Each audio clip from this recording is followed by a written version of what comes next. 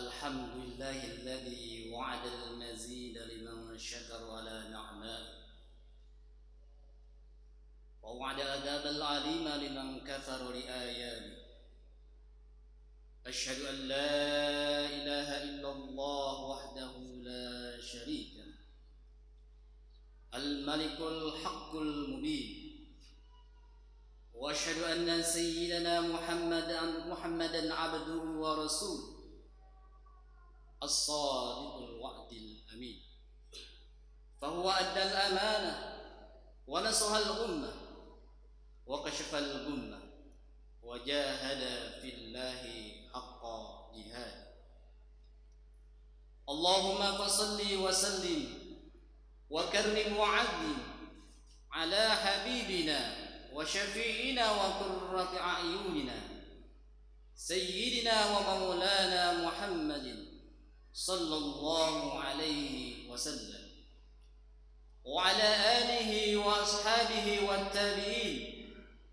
والتابعين لهم بإحسان إلى يوم لقائه. أما بعد، فيا أيها المسلمون رحمكم الله، اتقوا الله، فإن التقوى مدار كل السعادة، كما أن اتباع الهوى رأس كل الشقاوة. فاتقوا الله فقد فاز المتقون. وقال تعالى في محكم تنزيله وهو أصدق القائلين: ومن يتق الله يجعل له مخرجا ويرزقه من حيث لا يحتسب. صدق الله العظيم وبلغ رسول الله صلى الله عليه وسلم. معاشر المسلمين وزمرة الموحدين، jamaah salat Jum'ah yang dirahmati Allah Subhanahu wa taala.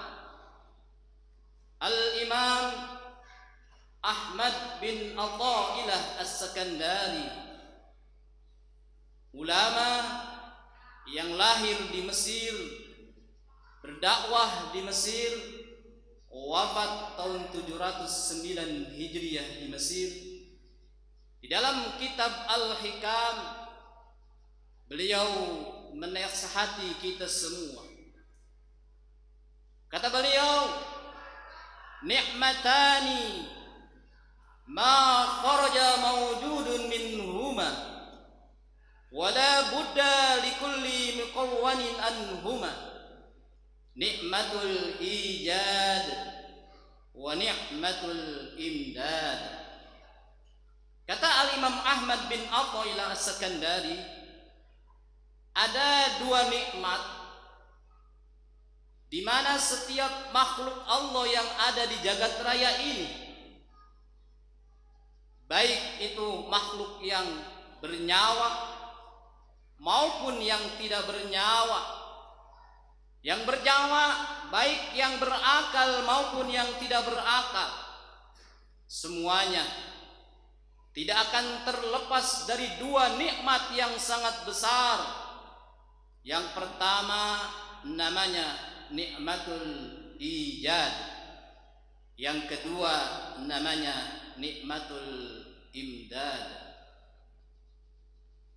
Nikmat ijad artinya nikmat dijadikan, nikmat terwujudnya kita ke alam dunia ini, nikmat terlahirnya kita ke alam dunia ini. Satupun di antara kita sebelum kita lahir ke alam dunia tidak ada yang bercita-cita akan lahir ke alam dunia ini. Tidak ada yang berangan-angan. Secara hakikat semua itu adalah karena karunia dari Allah, dan juga bukan karena keinginan orang tua kita, bukan karena cita-cita orang tua kita.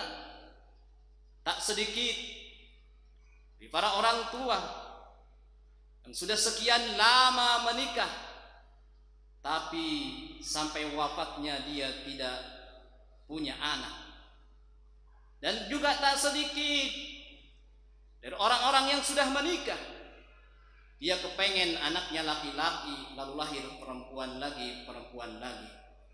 Ada juga yang kepengen anaknya perempuan, lalu lahir laki-laki lagi, laki-laki lagi. Ini menunjukkan saudara bahwa terlahirnya kita ke alam dunia ini secara hakikat betul-betul karena karunia dan anugerah dari Allah Subhanahu wa ta'ala. Ijad saudara ada dua. Ada ijad hakiki, ada ijad sababi. Ijad hakiki artinya terwujudnya kita ke alam dunia ini betul-betul karena karunia Allah, karena iradat Allah. Tapi saudara, tidak gedebluk, tidak ujub-ujub, tidak turun dari langit. Ada wasilah, ada perantara yang memfasilitasi kita lahir ke alam dunia ini. Dialah ayah dan bunda kita.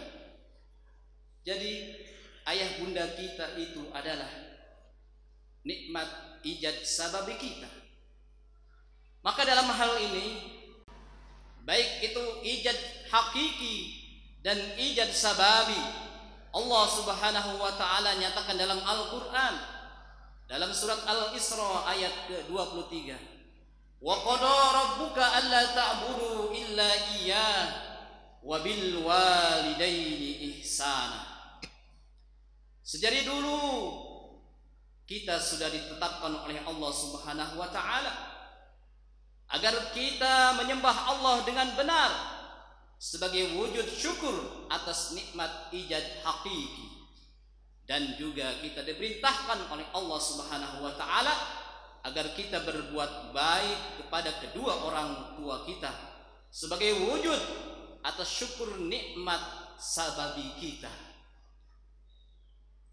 Saudara, maka oleh sebab itu, andai hari ini kita menjadi orang yang sukses, kita menjadi orang yang hebat, punya jabatan tinggi, punya kedudukan tinggi, punya rumah bagus, mobil mewah, itu bukan lantaran otak kita hebat, bukan lantaran pikiran kita cerdas. Di balik itu ada rintihan kedua orang tua kita. Dengan bahasa yang sederhana, orang tua kita merintih, menangis di hadapan Allah. Dia bangun di tengah malam memohon kepada Allah agar dia punya anak keturunan yang sukses.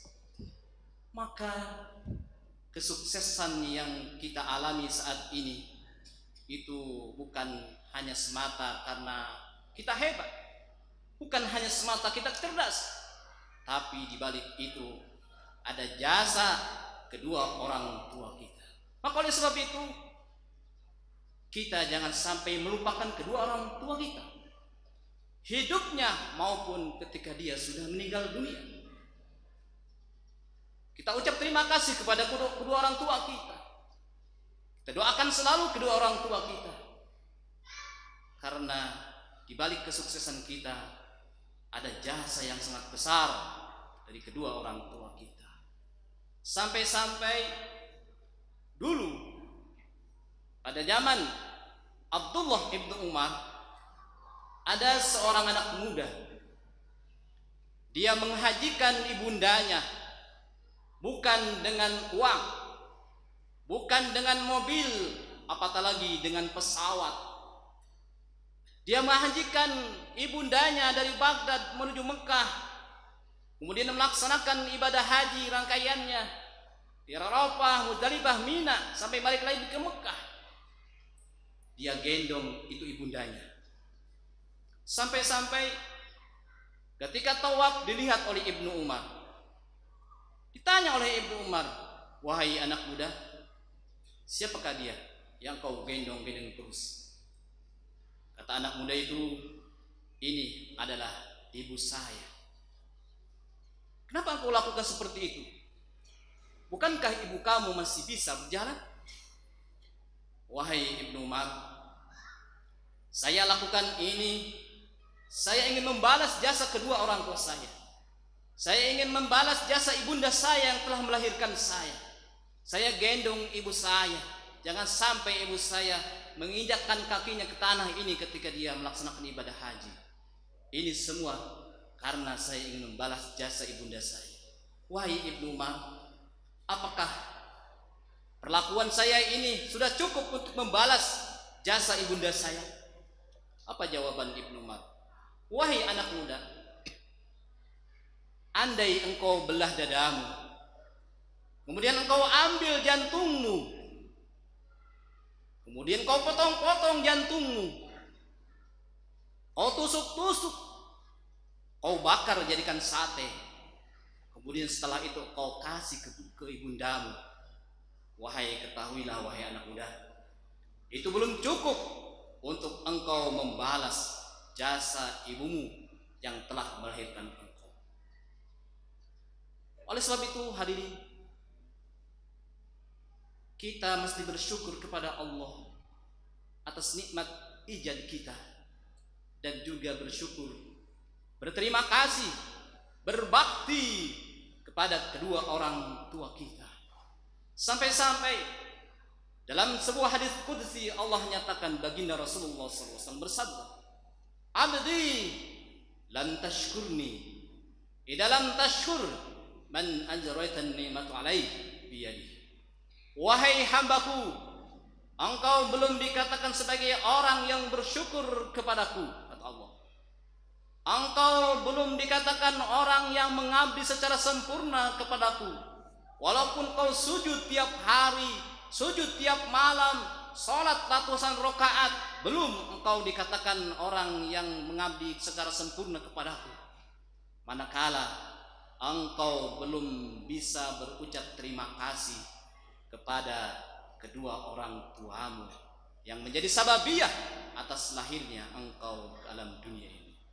Bahkan para sahabat yang jumlahnya 124.000 orang, mereka bersepakat anna min dikil ma'isyah tarkud du'a alal walidain, bahwasanya seorang itu seretnya rezeki, susah dia mendapatkan duit, susah mendapat pekerjaan, bekerja di mana-mana susah, dan dagangan tidak laku-laku, lantaran dia kurang mau berbakti, kurang mau mendoakan kedua orang tuanya. Inilah saudara, kita harus pandai menjadi orang yang bersyukur kepada Allah, dan juga bersyukur, berterima kasih kepada kedua orang tua kita. Itulah namanya nikmat ijad. Yang kedua, ada namanya nikmatul imdad. Nikmat imdad itu artinya nikmat tambahan. Bahasa kasarnya, setelah Allah mewujudkan kita, menciptakan kita ada di alam dunia ini, Allah tidak mentelantarkan kita dengan begitu saja.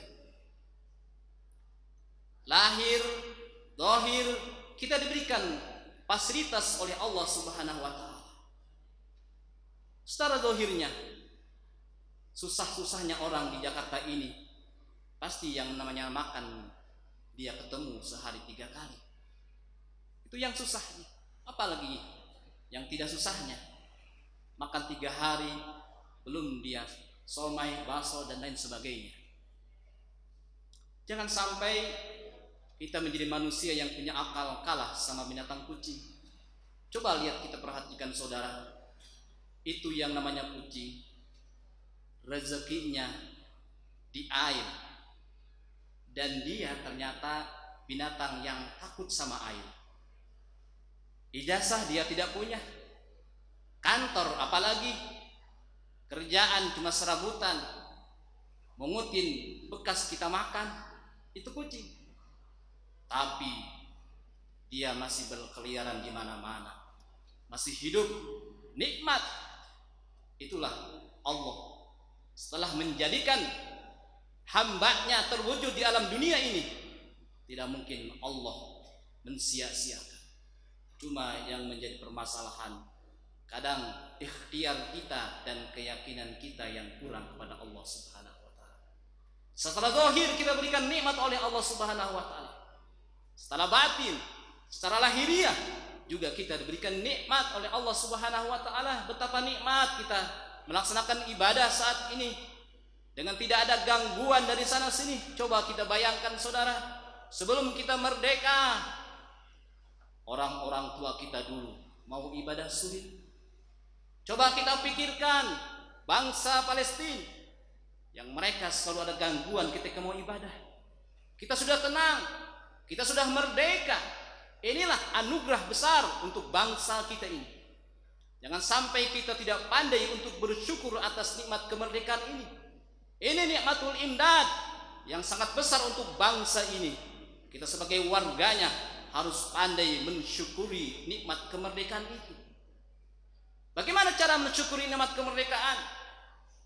Pertama, kita yakini, seyakin-yakinnya bahwa nikmat kemerdekaan ini anugerah terbesar dari Allah Subhanahu wa taala. Para pahlawan kita ketika dia mengharapkan kemerdekaan tidak mudah mendapatkan kemerdekaan ini. Mereka berjuang mengandalkan segala yang dia miliki. Rela berkorban harta, rela berkorban raga, bahkan jiwa mereka rela korbankan. Demi apa?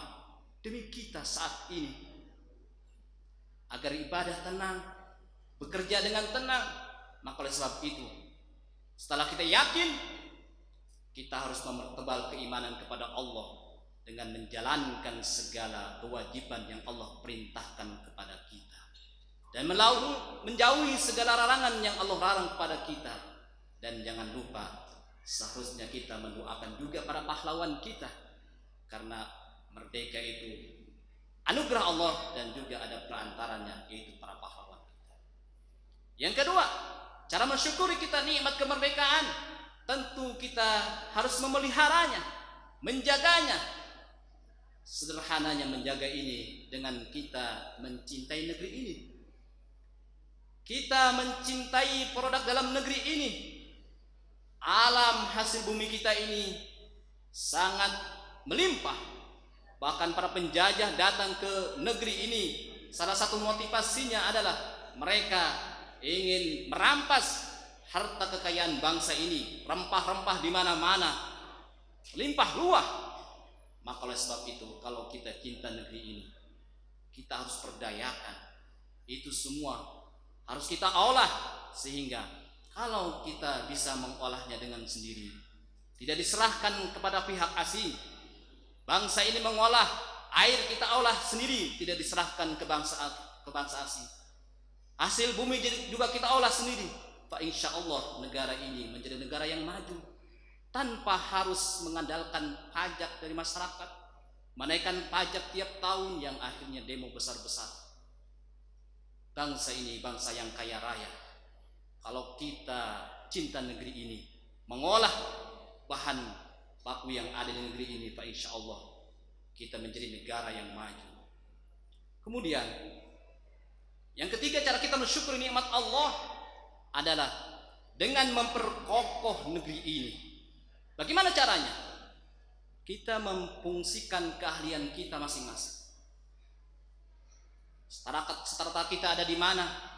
Kalaulah dia seorang guru, maka transferlah ilmu kepada muridnya dengan baik. Bukan hanya mentransfer ilmu, tapi dia juga harus bisa memberikan teladan kepada murid-muridnya. Jika dia seorang pejabat pemerintah, ASN dan lain sebagainya, mengayomi masyarakat, membuat kebijakan-kebijakan yang menguntungkan masyarakat, tidak menguntungkan pribadi. Kalaulah dia seorang jurnalis, memberitakan berita yang benar, tidak menyebarluaskan hoax dan lain sebagainya. Kalaulah dia seorang dokter, mengobati pasien dengan penuh kasih sayang. Kalaulah dia sebagai seorang orang tua, maka didiklah, besarkan anak itu dengan penuh kecintaannya. Inilah cara kita mensyukuri nikmat kemerdekaan.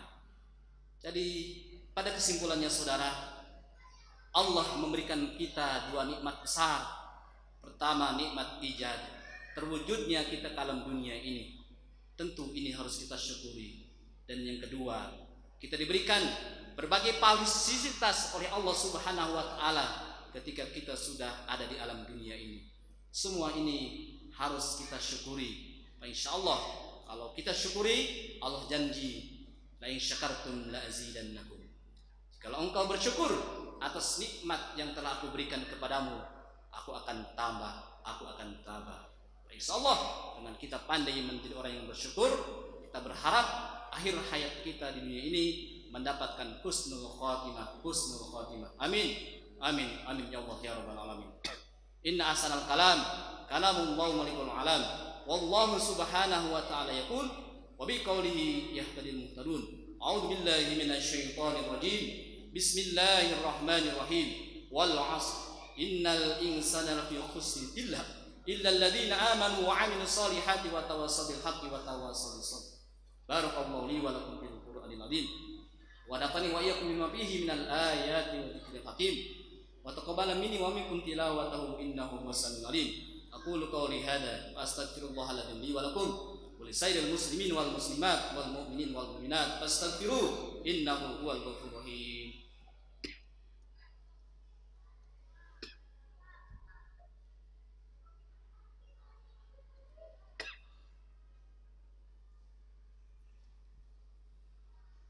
Alhamdulillahilladzi arsala rasulahu bil huda wa dinil haqq liyudhhirahu 'alad dini kullihi wa kafa billahi shahida. Asyhadu an la ilaha illallah wahdahu la syarika lah wa asyhadu anna sayyidina Muhammadan abduhu wa rasuluhu la nabiyya ba'dah. Ayyuhal muslimuna rahimakumullah, ittaqullah haqqa tuqatih wa la tamutunna illa wa antum muslimun. Faqala ta'ala a'udzu billahi minasy syaithanir rajim. Bismillahirrahmanirrahim. Innallaha wa malaikatahu yusholluna 'alan nabiy. Ya ayyuhalladzina amanu shallu 'alaihi wa sallimu taslima. Allahumma shalli 'ala sayyidina Muhammad wa 'ala ali sayyidina Muhammad kama shallaita 'ala sayyidina Ibrahim wa 'ala ali sayyidina Ibrahim. وبارك على سيدنا محمد وعلى آل سيدنا محمد كما باركت على سيدنا إبراهيم وعلى آل سيدنا إبراهيم في العالمين إنك حميد مجيد. وارض اللهم عن الأربعة الخلفاء الراشدين ساداتنا أبي بكر وعمر وعثمان وعلي وأما كيف الصحابة والقربة والتابعين وأنا معهم بإحسان إلى يوم الدين يا أرحم الراحمين. اللهم اغفر للمؤمنين والمؤمنات والمسلمين والمسلمات الأحياء منهم والأموات إنك سميع قريب مجيب دعوات ويا قاضي الحاجات. اللهم اغفر لأمة سيدنا محمد. اللهم ارحم أمة سيدنا محمد. اللهم أصلح أمة سيدنا محمد. اللهم اجبر أمة سيدنا محمد. اللهم فرج أمة سيدنا محمد فرجا عاجلا برحمتك يا أرحم الراحمين. ربنا آتنا من لدنك رحمة وهيئ لنا من أمرنا رشدا. عباد الله، إن الله يأمر بالعدل والإحسان وإيتاء ذي القربى وينهى عن الفحشاء والمنكر والبغي يعظكم لعلكم تذكرون. فاذكروا الله الذي يذكركم واشكروا على نعمه يزدكم واسألوا من فضله يؤتكم ولذكر الله أكبر.